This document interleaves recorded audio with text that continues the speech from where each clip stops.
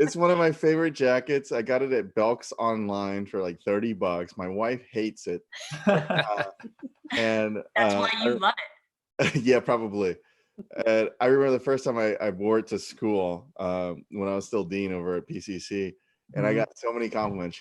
I walked out the door and she was like, "That's such an ugly jacket," and I kept texting her every single time somebody made a compliment of the jacket. Did that help, or it made her hate it more? Well, it made her hate it more. Yeah, I had like doubling 40 down. texts her that day. Okay, I think we're live.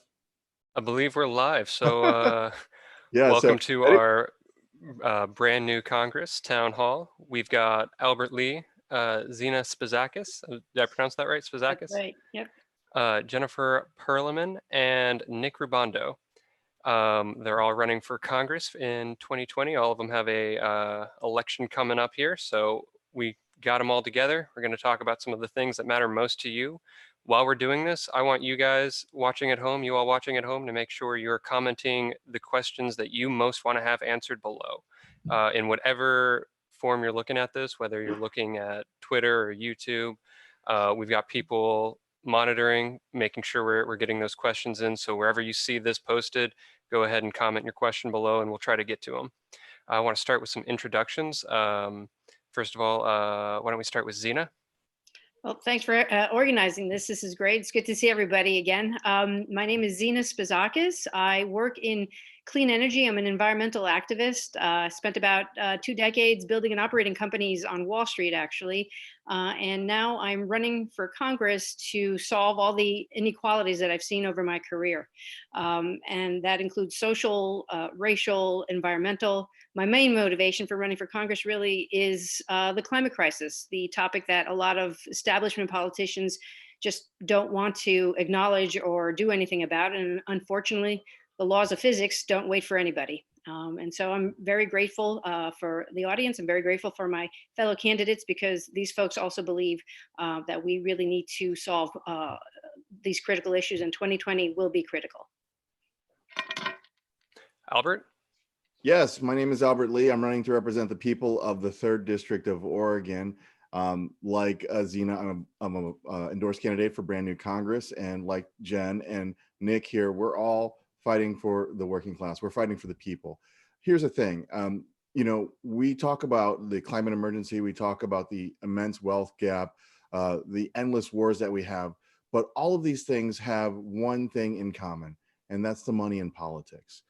That's one of the big things that I'm fighting against, is to try to overturn Citizens United, try to get that money out of politics and get us to publicly financed campaigns so that we can have more regular everyday citizens representing us instead of multimillionaire career politicians ruling over us.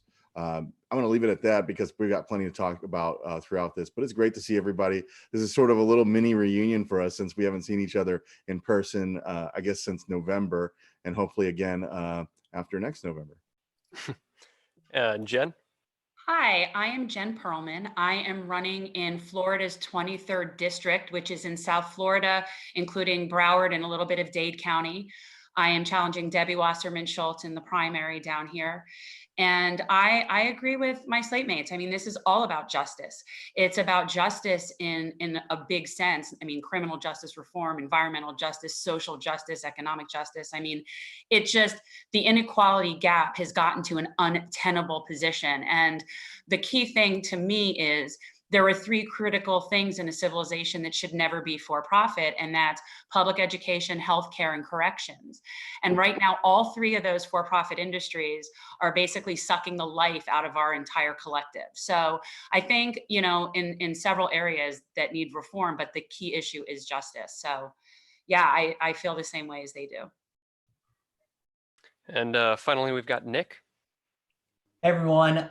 So first, I just want to start off with, if you're seeing a little swelling on the right side of my face, I'm actually scheduled to get a root canal in a couple of days. Oh no.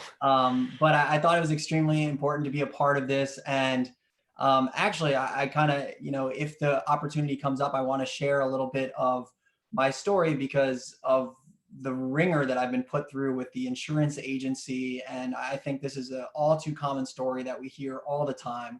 One of the main reasons that I got into politics was I saw how it was almost impossible for my mom to afford an individualized insurance plan as a single woman who had a pre-existing condition.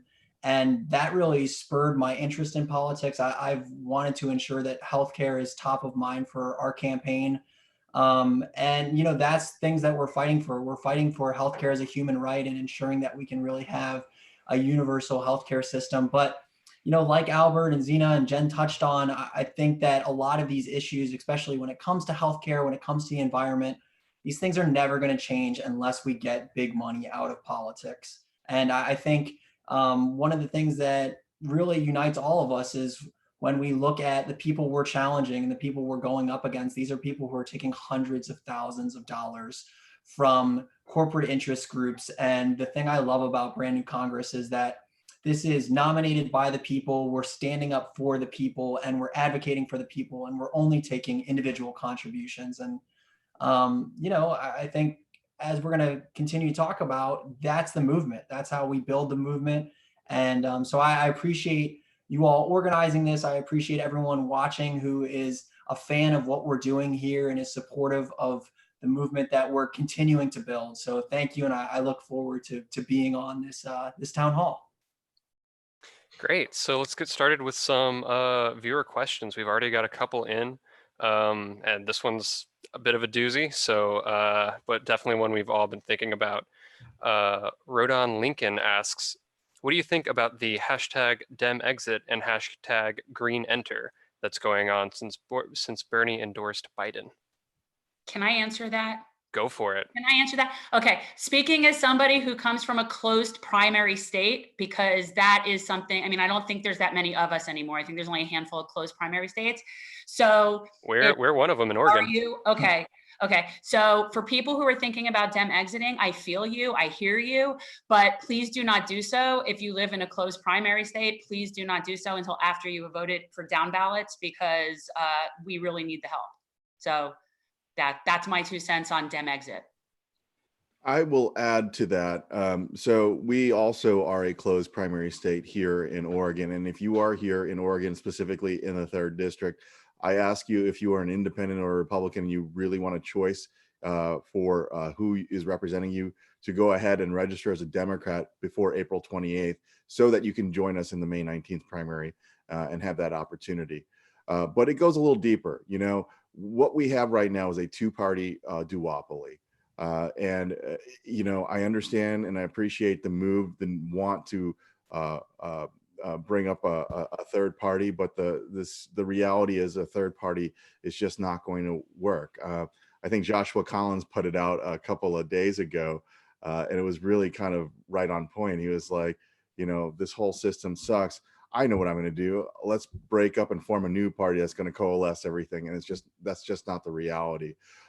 What we need to do is bring up more people like us who are running to represent the people, who truly want to represent the people. Once we get into office, we can do things like support HR 4000, which is the Fair Representation Act. What that would do would be, number one, incorporating ranked choice voting nationwide. That will enable people to stop using that strategy of voting for the lesser of 2 evils, allow them to really vote their conscience, vote their choice. And hey, if they need a backup, they can always put that person in the 2nd or 3rd choice lane.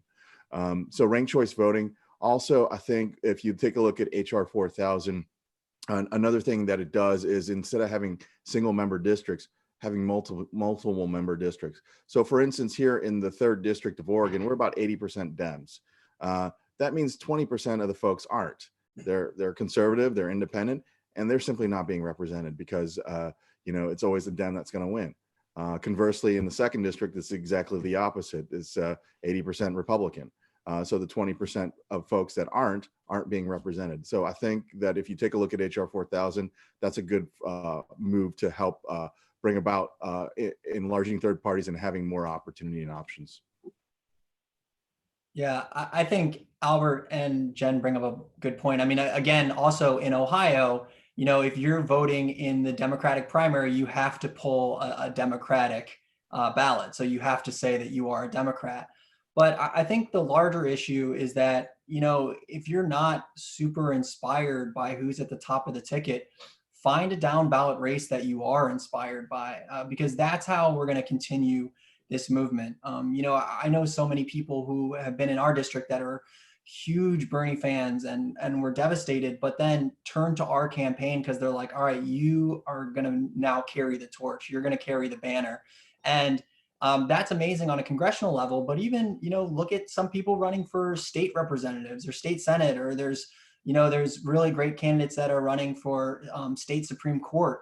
So, if you want to keep this progressive movement alive and you don't feel super inspired by who's at the top of the ticket, look around your state, look to local elections to find people that are inspiring to you. Because I think that's extremely important. And a lot of times local elections are almost more important. They really can set up the groundwork in your state and ensure that you can end things like gerrymandering that I think all of us have seen that has been so detrimental to the current state of affairs. Yeah, actually, something that Nick said really rings true, and that's really find that down ballot progressive. Local elections, at least here in New Jersey, and I'm running in New Jersey's 9th congressional district, which is predominantly progressive and Democratic.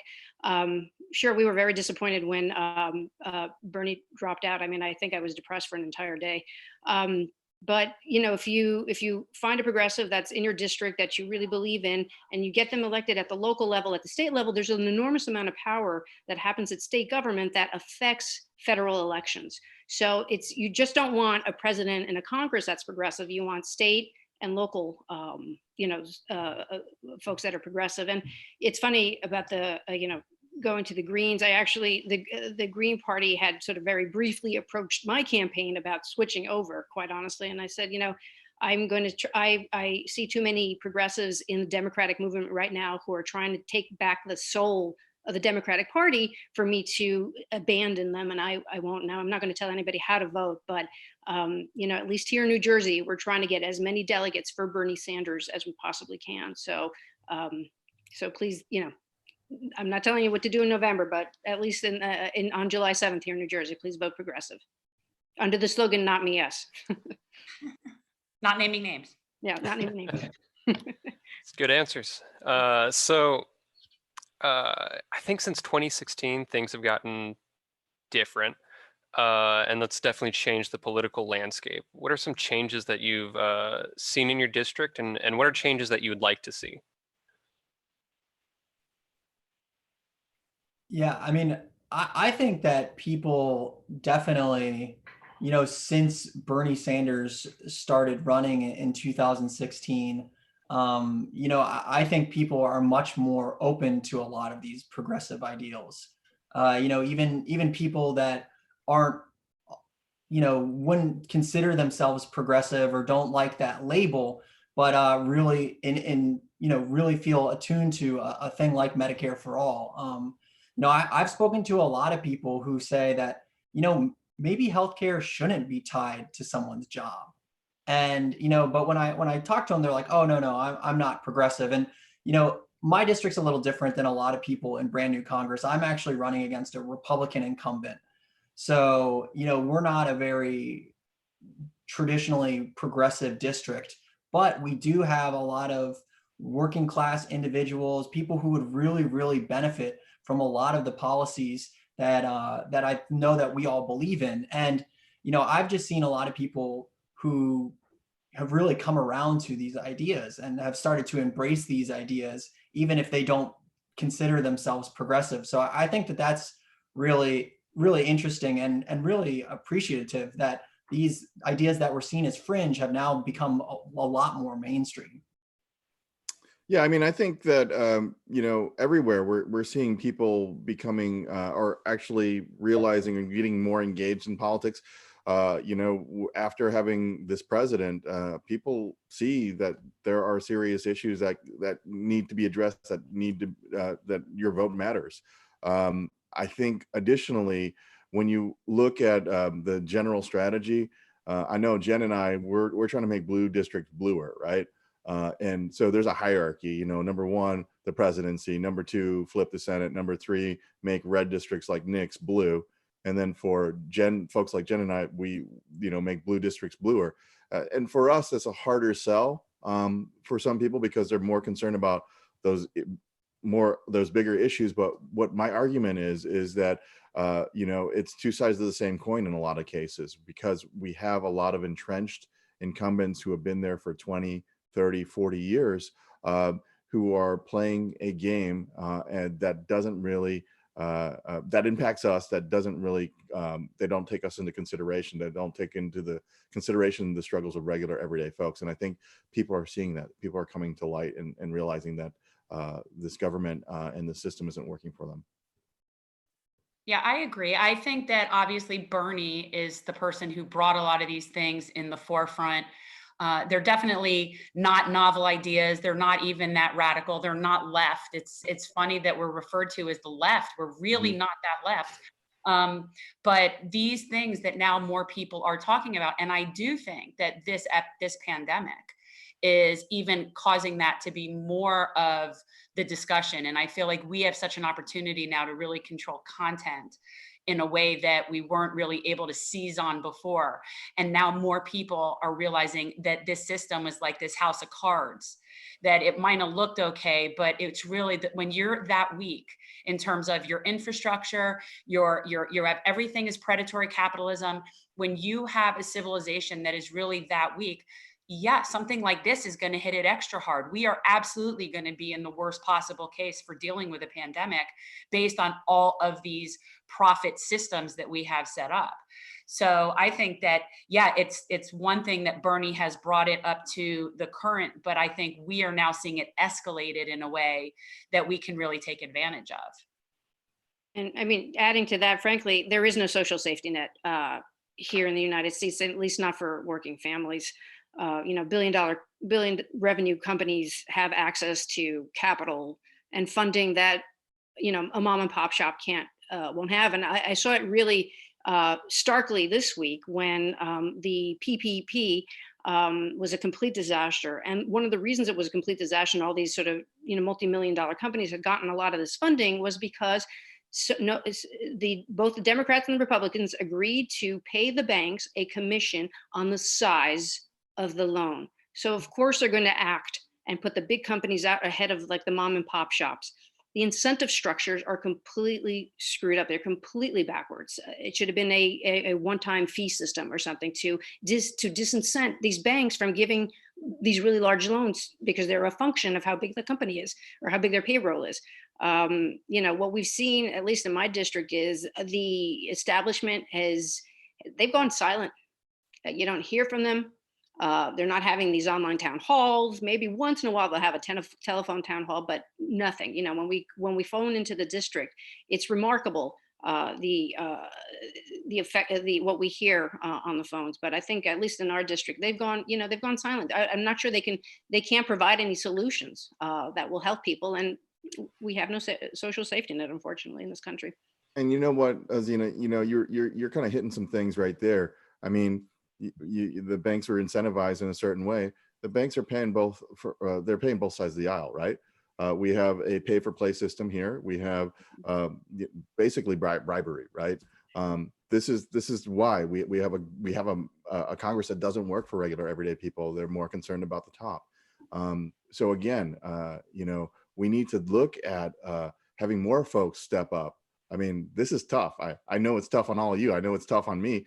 This is tough to do, but we need more people to stand up, not just at this level, but at all levels of government, to really take back our government to work for the people. Yeah, I'd like to point out, if we're going to talk about down ballot races, can I just give a shout out to people who, for state attorneys, because as a criminal justice person, that's an incredibly important position. And I think that a lot of people don't really look at that, but who your state attorney is really matters. Albert, I was going to comment a little bit on what you said about having people representing working class people, because I think a lot of the problem with what we saw with the PPE or PPP as well, too, is like if you were a organization that didn't already have a well-established relationship with a bank, it was much harder to actually get one of these loans. We talk to a lot of small business owners that just don't regularly have a relationship with a bank. And, it's tough for people who are, dealing with bankers all the time, or very, very well off, to put themselves in a mind frame of an individual who maybe does not have a solid relationship with a business bank, and would realize that it would be very hard for them to fill out a loan application, because this is not something that they're doing all the time. And Nick, And, I was going to say, I'm sorry to jump in, but you're saying exactly the same thing on the other side, which is our representatives are so far removed from the people that they don't understand the needs of the people. And No. so when they write these legislation and these laws, their concern and their perspective is not the one that is important. It's not a shared perspective of the people with the struggles. I mean, Totally. so Yeah. again, we need to bring in people that have a different perspective. If everybody's cut from the same cloth, we're not going to get to workable solutions. Absolutely. And one of the crises that we're facing right now, the coronavirus, has both the human health issue and also the economic issue. And we've got a question from Joshua Dimack, who asks, how do we change the cultural perception that human value comes from your job so that we can help people in need in today's society and prepare for our technological future? Well, I cut me off, please, because I like to talk.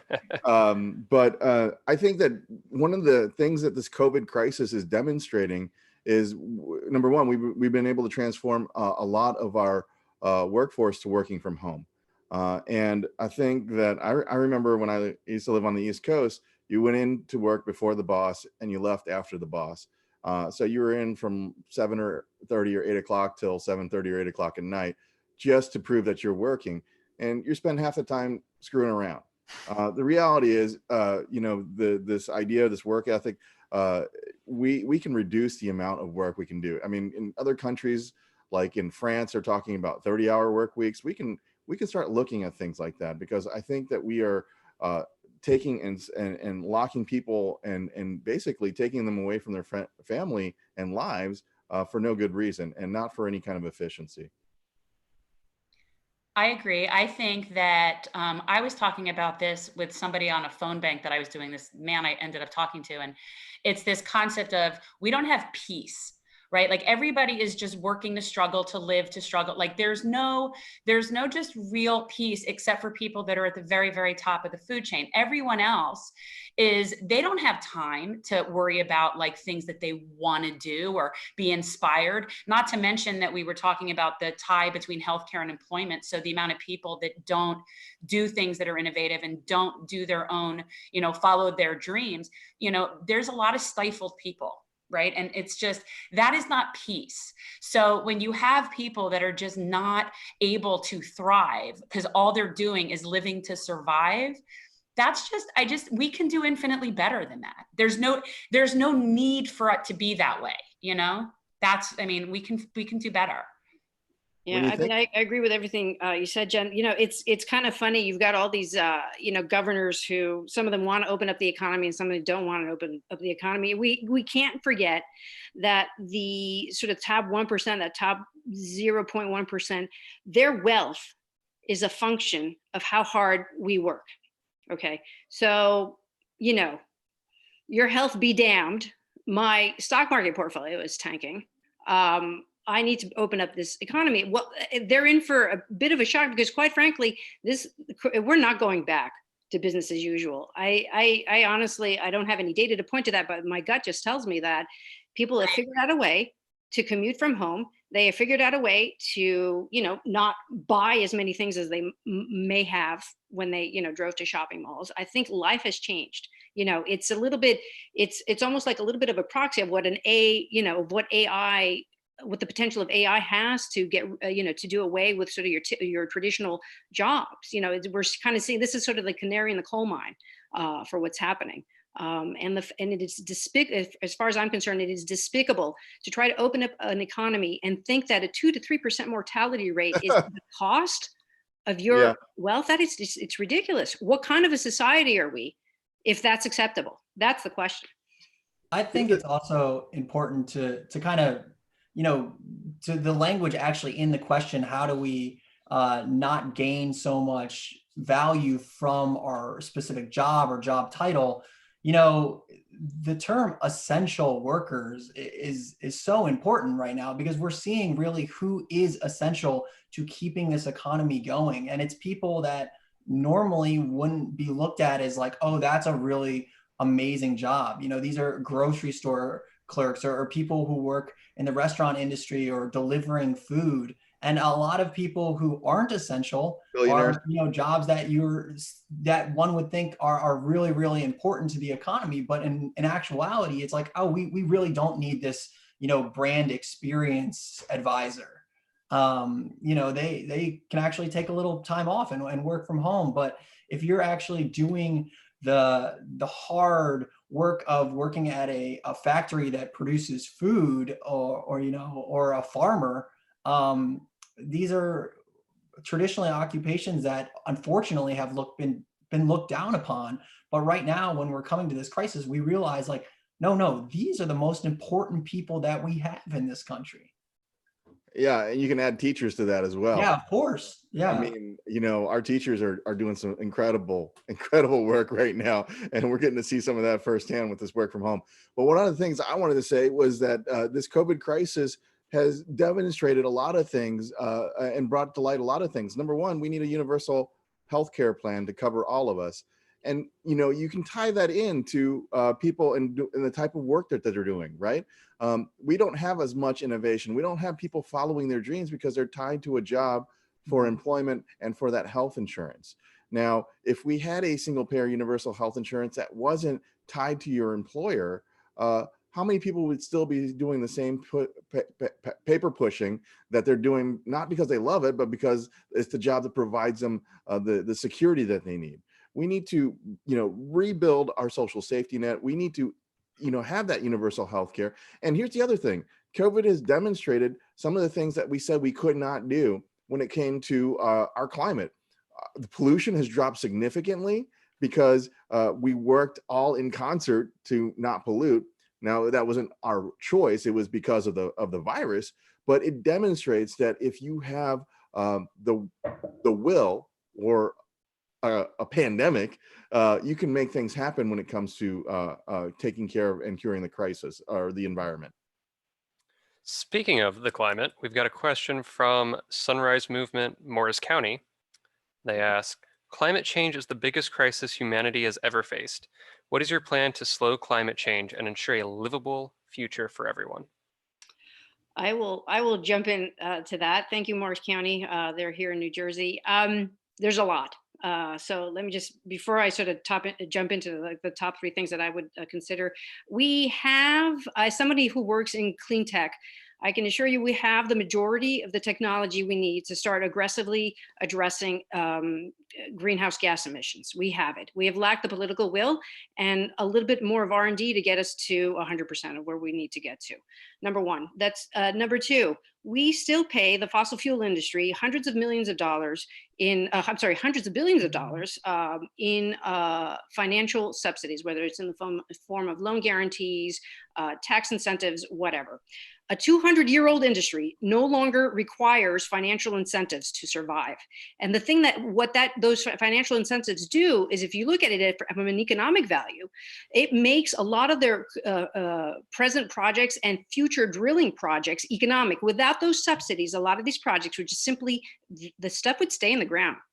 Number three, even with those subsidies, what you're seeing now in clean energy markets, especially onshore utility scale wind, is the cost of electricity is starting to outcompete even the most efficient natural gas plants, right? So our job is really, how do we get that to go faster, right? We need to shift a lot of these financial subsidies from the bad actors to the good actors. That's one thing. We need to invest more in research and development. Scientists are some of the most creative people I've ever met.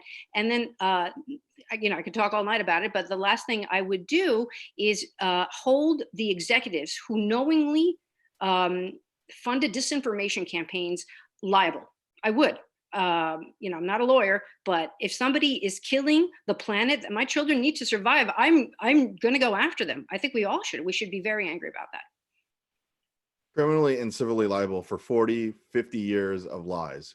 I agree with you, Zina. And one of the things that I like that you brought up is the subsidies. I mean, we talk about people who always say, oh, if you don't like capitalism, you should go somewhere else. That's in capitalism if you're propping up and supporting these industries. It seems like it's capitalism for the workers and socialism for those at the very top. I agree with you. We need to end the subsidies, because all they do is they delay the inevitable, which is the transition to a clean, renewable energy system. I mean, that's by design, right?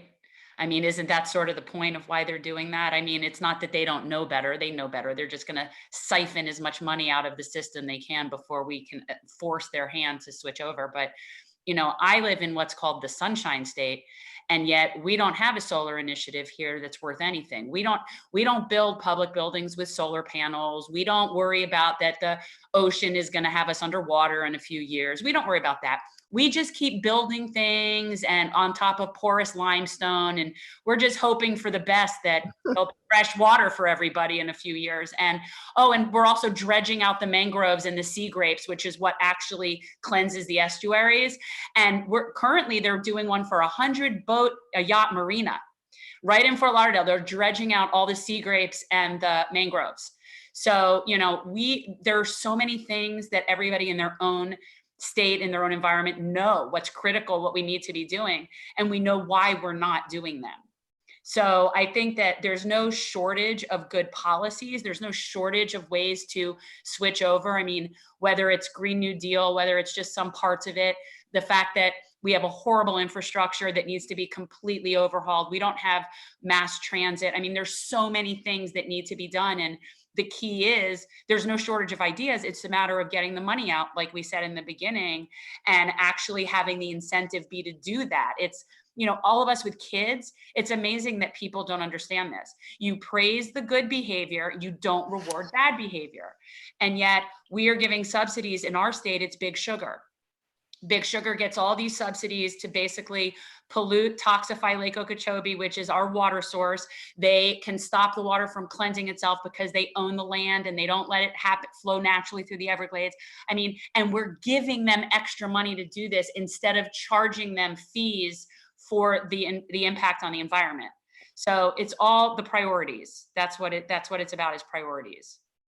Yeah, and when you talk subsidies, I think just short term, something that we can all do to put some pressure on our already elected officials is that if there is going to be another stimulus bill that's coming through Congress, which I believe that there will be, right now the green energy sector is actually really lobbying to get an extension on the Obama era stimulus package that has really helped the green energy grow. And I mean, of course, obviously we gave a ton of bailout money to the oil and gas industry. But, really on the Republican side and the Democratic side, there has been no real strong push to extend these subsidies for green energy companies. So I think that, as activists, as people who are running for Congress, when we do have conversations about what should be in the next stimulus package, we really, really have to push our elected officials to ensure that we can just extend the stimulus package for green energy companies so that they can continue to be competitive with the oil and gas that we've already seen has been getting these huge stimulus packages. In my district, so here in Ohio, we have a large agricultural real region, and we're seeing a lot of large scale factory farms that are contributing very, very heavily to greenhouse gases, as well as the waste from these facilities is polluting our water source, which is Lake Erie. So, we need to have the EPA have very, very strong regulations on these factory farms. And there's laws that are already in place. But, when you're stripping back EPA protections and when you're stripping the people who actually are working at these facilities, it makes it a lot harder for them to actually regulate these large scale factory farms. And, not only are these terrible for the animals, terrible for the environment, but they're also just putting family farmers out of business.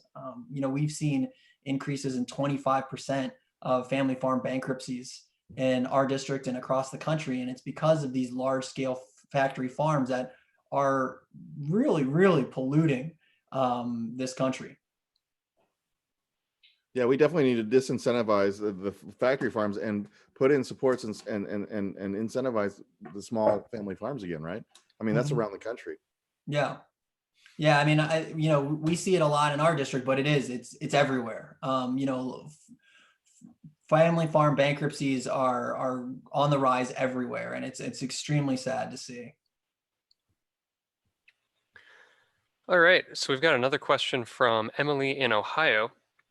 Emily asks, we all hear a lot about progressives and progressive ideals, but how do you plan to attract more moderate Dems? In my congressional district, we need those voters to flip the district. Yeah. Well, I'll jump in on this one because Emily's from the state, so I appreciate her reaching out.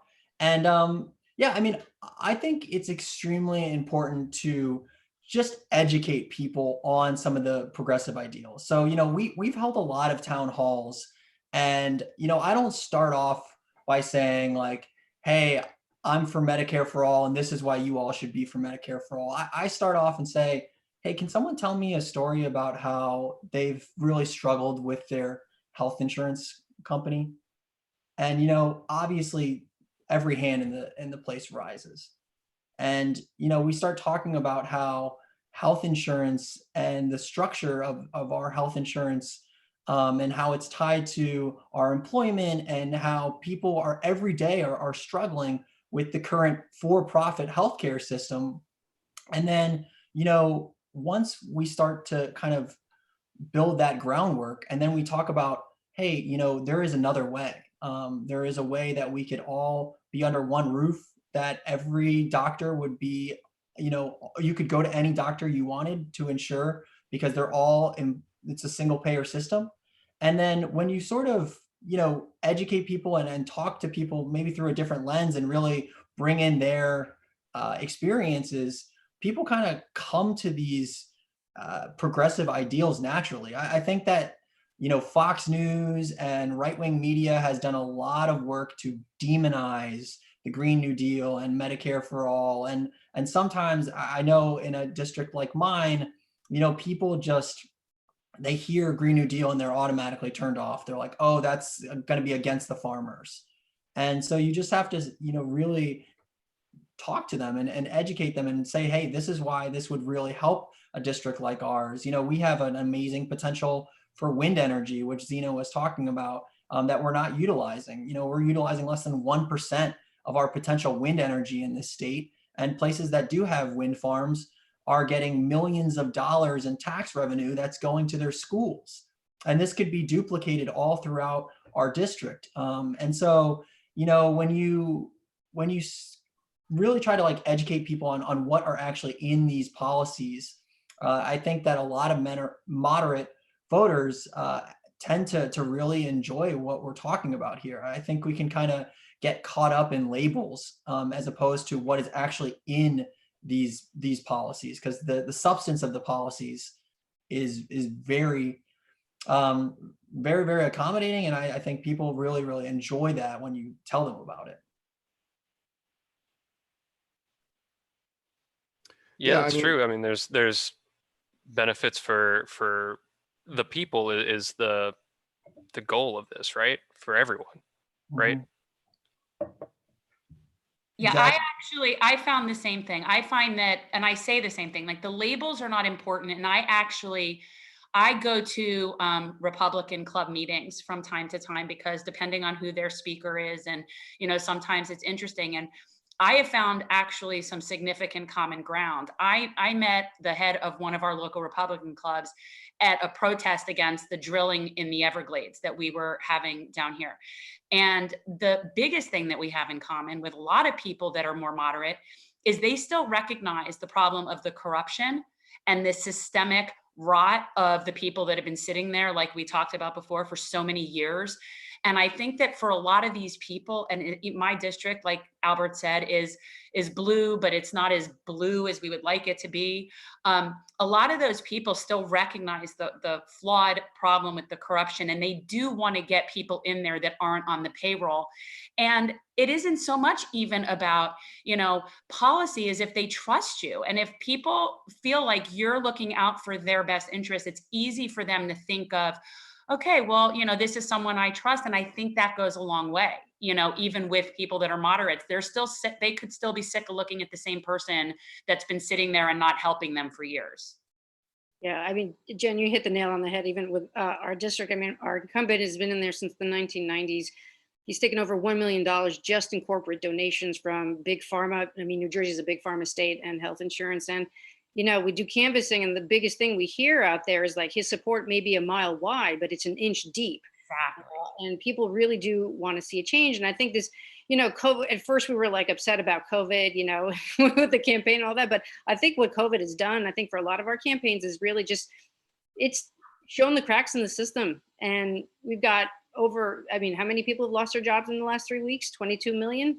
I'm assuming most of those people have lost their insurance as well in the middle of a pandemic without any funding sources. I mean, it's, I think what's happening in sort of the greater economy, especially with this pandemic, and the fact that a lot of these people have been sitting in office for decades without anything to show for it, frankly. And we come in as these progressives, and it's sort of like a breath of fresh air for a lot of the folks that we talk to. So.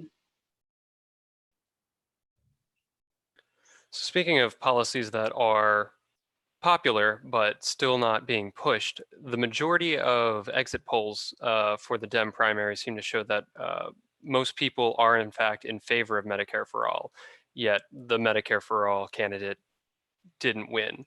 Why do you think that is, and what strategies are you taking to fight whatever that problem is? I'll jump on it. So I think it took a concerted effort between all of the establishment candidates of the party coalescing behind one. It took the mainstream media to work in concert. It took mainstream media to ignore the various rallies where we've had tens of thousands of people. I went to one in Tacoma where the Tacoma Dome was completely full. That was 18,000 people plus people waiting outside. Our candidate inspired a lot of people. And, we also look at the initial primaries. Iowa was a debacle. I don't think they even got to the full count until after New Hampshire was completed. And then by the time we got to South Carolina, we had the second place in the delegate count fold to somebody that was in fourth or fifth. I think that the establishment took a very sharp eye to it and said, we've got to do anything to stop this overtaking of the progressive side of our party from taking over the party. It was about self-preservation. It was about maintaining the status quo. Now, here's the thing, and I want to highlight this because I know that Bernie has endorsed Biden, and for me, I'm still voting for Bernie in our primary coming up on May 19th, so that we can ensure that we get more delegates to the DNC if we actually have a convention. But he was the beginning of this movement, but he's definitely not the end. We're four of hundreds that have followed behind him. 2018, we had a wave come in. 2020, I hope to see that wave increase. But the movement does not die because of the end of Bernie's campaign. Agreed.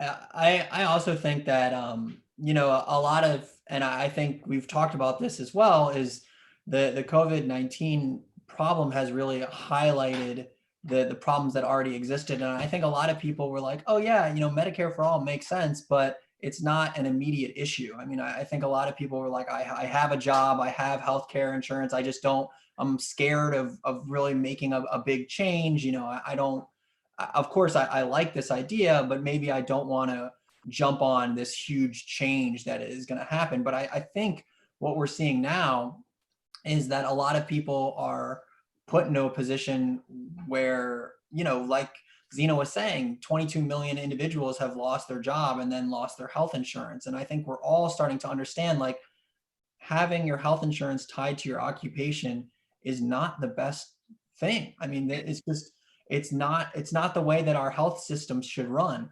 So I hope that this has really highlighted the need for not only, oh yes, single payer is a good idea, but it's a necessity.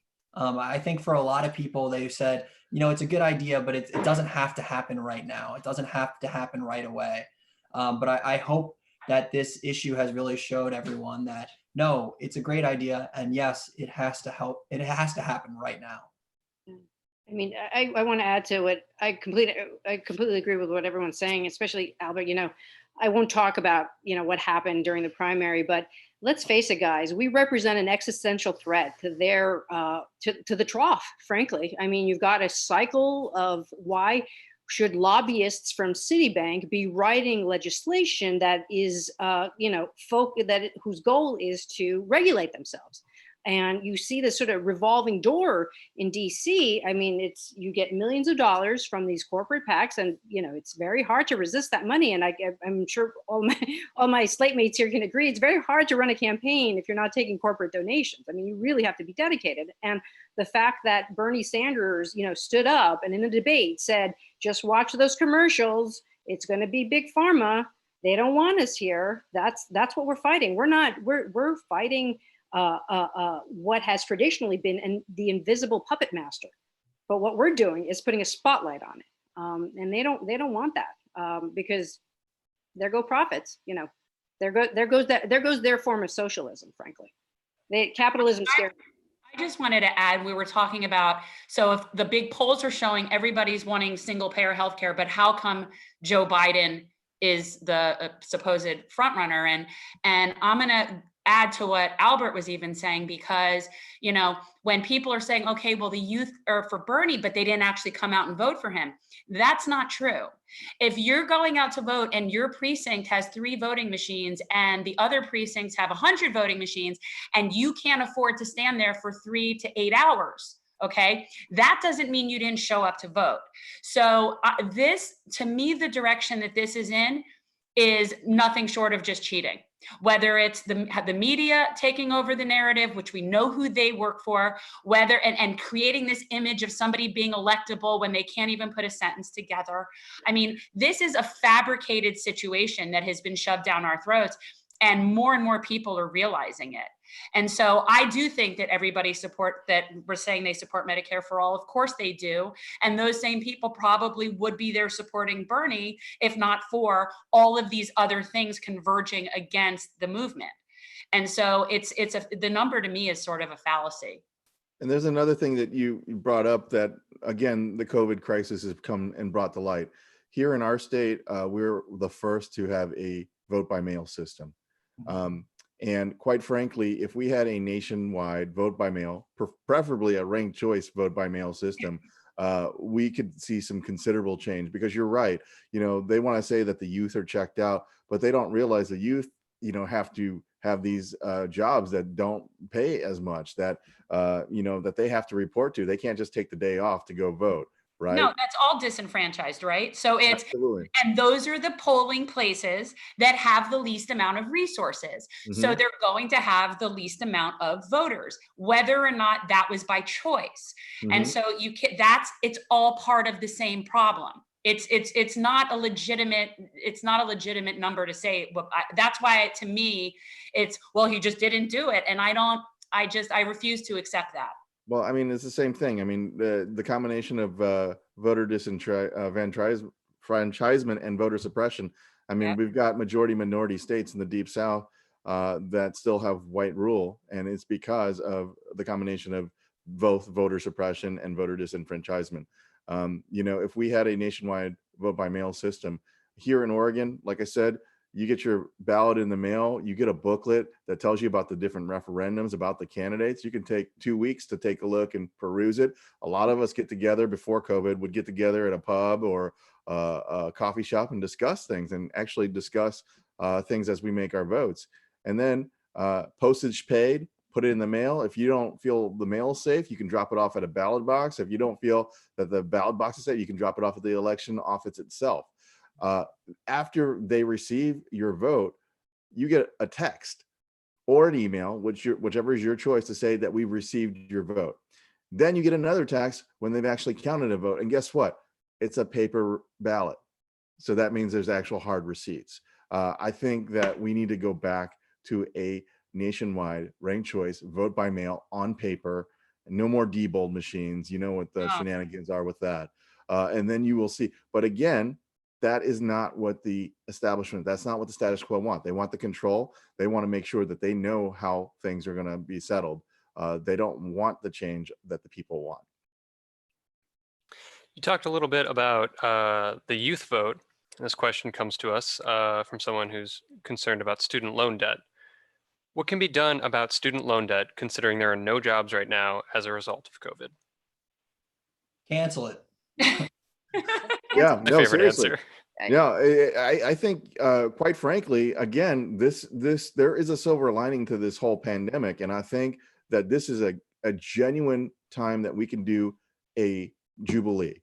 And what I mean by a jubilee is canceling all debt, medical debt, credit debt, mortgages, student loan, all of it, slate white cream. It's like a purge in the reverse. Yeah, no, but seriously, like a reverse purge. we can do a jubilee. This is something that we're going to be talking about in an upcoming town hall on MMT, modern monetary theory. But a jubilee is something that I think is this is an opportune time to do. Yeah. Even to start transitioning some of these fossil fuel workers. I mean, oil has gone, it has tanked. Oil prices are at a point where a lot of these, medium-sized producers are going to go bankrupt. They just can't carry these costs. And, we have an enormous infrastructure project we need to do. We need to transition our economy. And we have an able-bodied workforce. We did it during World War II. We could do it now. So many things are interrelated. I mean, if we had nationalized our rail system, created a high-speed rail system that includes broadband, so that we get broadband across rural areas. Hell, you can throw on top of that solar panels, and you've got additional energy sources all in the same right away. And that would produce jobs you can't export, right? Yeah. So the answer to the question is all of us are essentially against student loan forgiveness. Yeah, I think what we've seen now is just them pushing it off. You basically, you don't have to pay, you're not going to accrue any interest, but that really doesn't solve the problem at all, because you still are going to have to pay it eventually. And, if you don't have a job, and if we come out on the other end of this and your job is still not there and still dried up, then you are going to start having to accrue that debt, and you are going to have to pay it again. So pushing this crisis, this debt crisis off is not helping. It's not helping anyone. I think we've seen how, a whole generation of individuals saddled with this debt are not able to contribute to the economy. They're not able to buy homes. They're not able to really start a life. And that has really some huge ramifications, especially I think with buying homes. I think you hit the nail on the head when it comes. It's an intergeneration. It's a generational difference here in that this generation from Gen X on up are effectively indentured servants to their student loans. And I know that boomers will have these stories about working part-time in the summer to pay their school loans or to pay their school tuition, but that was not the reality that many of us have faced. As the cost of education has gone up, as books have gone up 800%, so that again, somebody can make a profit on it. We end up holding the bag, and then we're blamed for being saddled with this. And I think that that is a huge generational difference, because I talked to a lot of folks who have said, well, I took care of my school loans, and they should too. And we're not comparing apples to apples. They were able to make a decent living at a different time. So when boomers talk about, these people complaining, just get a job, give me a break. But the problem is when boomers were, at the, millennial age, they could work a minimum wage job and still put food on the table and support a family. I mean, there were actually working class people. So it's one thing to say, that I had to pay my loans and you should pay your loans. And yet that would work if our cost of living was, if we reflected that in our pay. So if we all were at the same proportionate level that the boomers were at the time when they went to college, I would probably agree. I'd say, yeah, well, sure, but we would be making infinitely more money because it would be proportionate to. It would be a living wage. Correct. Be a living wage, right? So if you take the minimum wage from the 1970s, you just peg it to inflation to today's dollars, it would be $33 an hour. Yeah. I think if we had a minimum wage of $33 an hour, I don't think anybody would be complaining. Right. So then you wouldn't have to be right. But instead, what we had was tuitions go up and usury predatory interest rates that everybody's been, profiting off of, instead of the pay going up. So that's why we had the student loans. Isn't because our people don't want to come out and get jobs and they're lazy. That's not the problem. The problem is that they're not making what they should be making in order to pay for the education they just paid for. And actually, I'll just stick to I agree with everything, but 2 words, it's really just a couple of sentences. We managed to bail out Wall Street for, the behavior, and nobody went to jail, right? We can certainly forgive student loan debt. We can certainly help our graduates out for good behavior. The system is unjust if people at the top and large corporations can have infinite bailouts, and the people supporting the system have to, you have to make do with what you can. We're not going to bail you out. That is an unfair system. And really what progressives are trying to say is like, we just want to level the playing field. The playing field has been stacked against us for decades, and it's getting worse because the Republican Party has done a wonderful job in the last 30 years shifting the entire conversation to the right. So a centrist Democrat here, in many respects, if you go to a lot of these European countries, they would be considered a conservative. And we're just trying to balance that scale back out. Well, we just saw this 3-4 weeks ago, right? Trillions of dollars sunk into Wall Street without deliberation, without discussion. And then it took over a week to decide on whether the rest of us will get $1,200 one time. And even when they were making that discussion, another $500 billion were given to corporations, no strings attached. That is, I think, essentially what we're fighting against. We're fighting for regular folks and saying enough of converting our money and converting it into the profits for the wealthy. Something's got to give. And I'm saying the something that's got to give is these career politicians, their seats. Definitely. So we've got a question on a similar topic. Tim Chad asks, we've known the majority of Americans have been living paycheck to paycheck. Now we find out many businesses have, in essence, done the same. Few reserves, no ability to sustain themselves without bailouts after just a few weeks. How do we put people before business aid? Well, you got to get the right people in. Right now, that's the thing. That's exactly what I just said, is that we've got the wrong folks in there who have been focusing on corporations and businesses instead. And then if you throw something out like a Jubilee, they say, oh, that's impossible. We just $7 trillion last month, $7 trillion. Maybe we shouldn't be bailing out corporations that spend their money doing stock buybacks. Right. Maybe we shouldn't be putting the money to people that have shareholders. Maybe that used to be called stock manipulation back in the 1970s. Right. But now it's legal. We need to make that illegal again. Yeah. Exactly. We've got another question. If Trump beats Biden and you all get elected, what can you accomplish if he will not sign anything you pass? Well, I'll start with this one. I think we've already started changing the narrative and the conversation. And this isn't something that's going to happen overnight. We need to get the more people who listen to these ideas, the more people who realize who we're working for, the more people understand that we are there. We're the moral solutions to a lot of these things. And oh, by the way, a lot of our solutions are also the good economic solutions, because Yale did a study on Medicare for All, for example, that showed that it would save 450 million, something like billion, I think it was, a year, and 68,000 lives. Right? Not only are we working for people, but hell, our policies are good for the economy. If we decided to give everybody $2,000 a month, you'd understand what kind of an economic boost that is. If we decided to cancel, 1.7 trillion, I'm not sure where the student debt is right now, that would be a huge economic boost. what you're seeing is, yes, we're seeing a lot of inequality, but you're seeing the people at the bottom being dragged further and further. I mean, it becomes a struggle. I mean, people are struggling. So I think we start changing the conversation. And yeah, if he gets elected, I hope he doesn't. We will put up the narrative that will hopefully persuade a lot of folks. So. But here's the thing also, it's not just Trump that we're fighting against. We're fighting against the establishment on both parties. That's true. So this is a battle of not just of this one president. This is a battle against the establishment of the Republicans and the establishment of the Democrats. Neither of those groups are working for the people right now. And that's kind of our argument, is that we need to have more people that are going to have the vested interest of the people instead of the special interest of corporations up there fighting for us.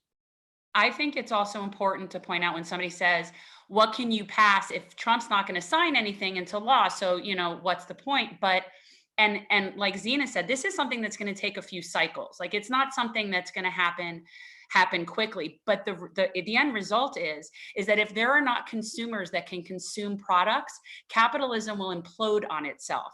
And so the people that are in that corporate class will eventually realize that they have no consumers.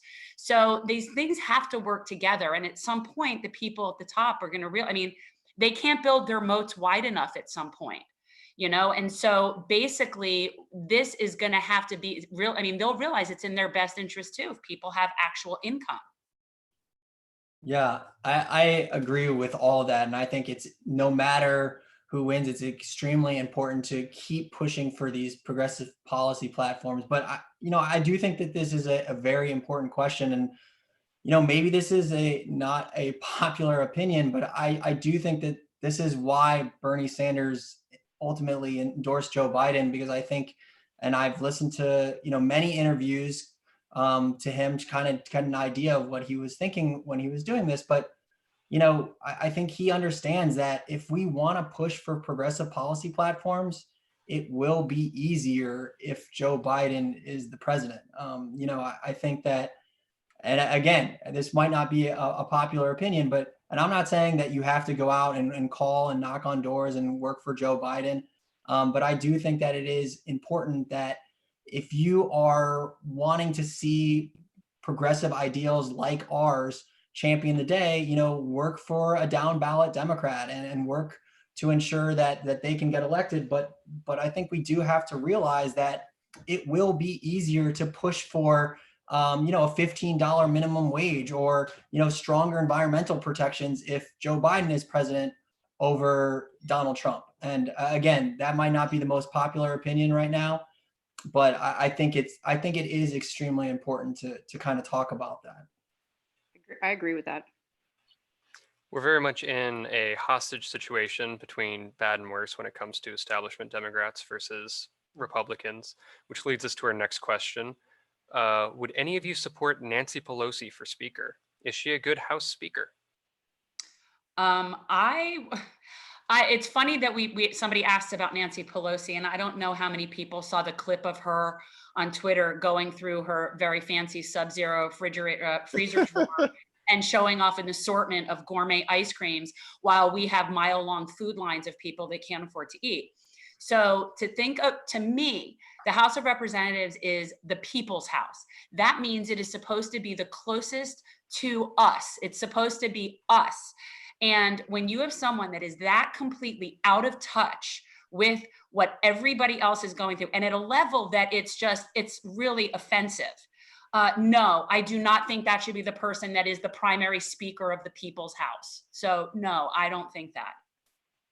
It's the lower house, yes. And I think it's a moot question because we've got a nice challenger in Shahid that's going to take that seat.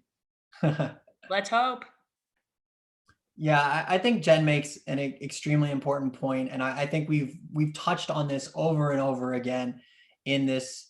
What we're running to be voices for the people, and I think that the reason we were endorsed by brand new Congress and the reason that we're all doing this is because we know what it's like to struggle to afford individualized insurance plans and work minimum wage jobs or hourly jobs. And, I think it's just extremely important that we have more people in Congress who are pushing for these ideals because they've lived it and, experienced it before. So I think that's why it's important for people like us to run and for individuals to really get into the House that can advocate for working class people.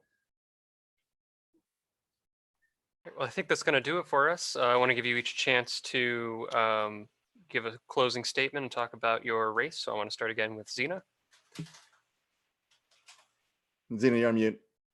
Sorry about that. Thank you. And thanks to everyone who is listening tonight. I always close a lot of my talks with what's really at stake in this 2020 election, whether it's the climate or whether it's egregious inequalities, social justice issues, and you name it. It is critical that we vote people into leadership positions up and down the ballot, frankly, who care about working people and who do not care about their corporate benefactors. Because I'll leave you guys with one question.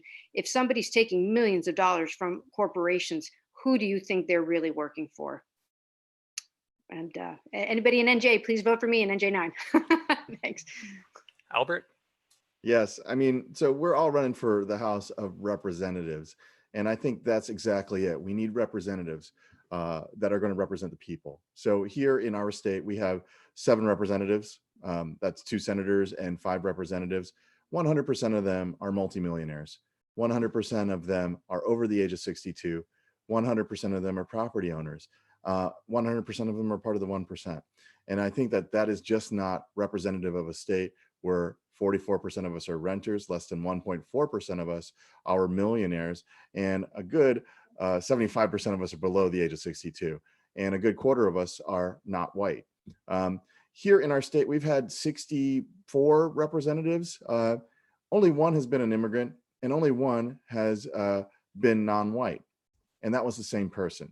I think it's time that we uplift some new voices from some other backgrounds, from some other lived experiences to represent us here in the most diverse district of our state. So I'm asking for your vote here in Oregon 3. You can look for more information at albertlee2020.com. Thank you. Thanks. Jen? Yeah, hi, I wanted to add to that. So in addition to that, we need to get new people in there. I think it's imperative that we put people in there that see this as a term of service and not a career.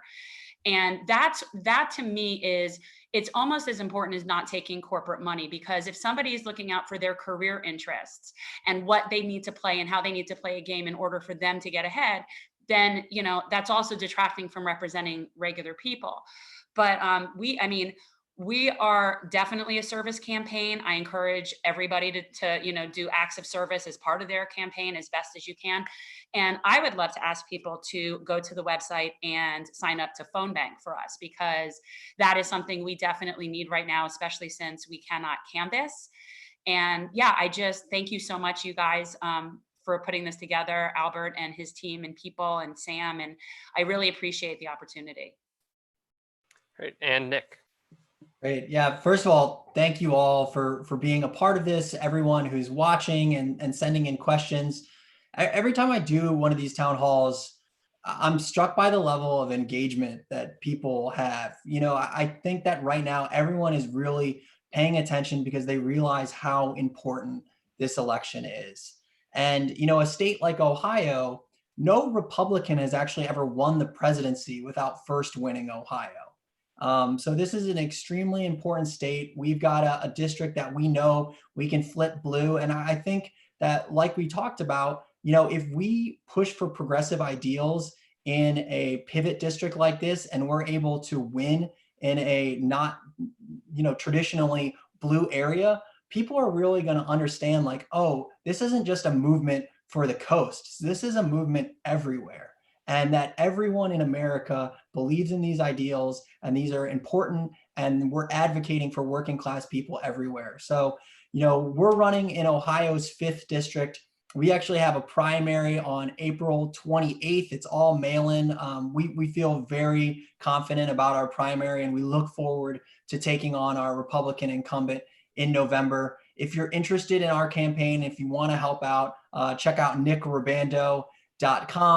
We again are doing phone banks. We're doing more digital democracies on Facebook Live. And I hope that we can continue to do things like this, because I can tell just by the questions that we get and the responses that we receive that people are extremely engaged. They know how important this election is. And I really appreciate the opportunity to be a part of history where we can really make some amazing changes and create some positive change in this country. Great, thank you. I want to thank the four of you for joining me today, and I want to thank the four of you just for running. A lot of people don't realize the kind of sacrifice that involves, but someone's got to do it in order to make real change. And then finally, I want to thank the viewers at home for tuning in, for asking questions, and stay safe out there. Thank you. Thank you, Sam. Thank you. Bye. Bye, guys. See ya.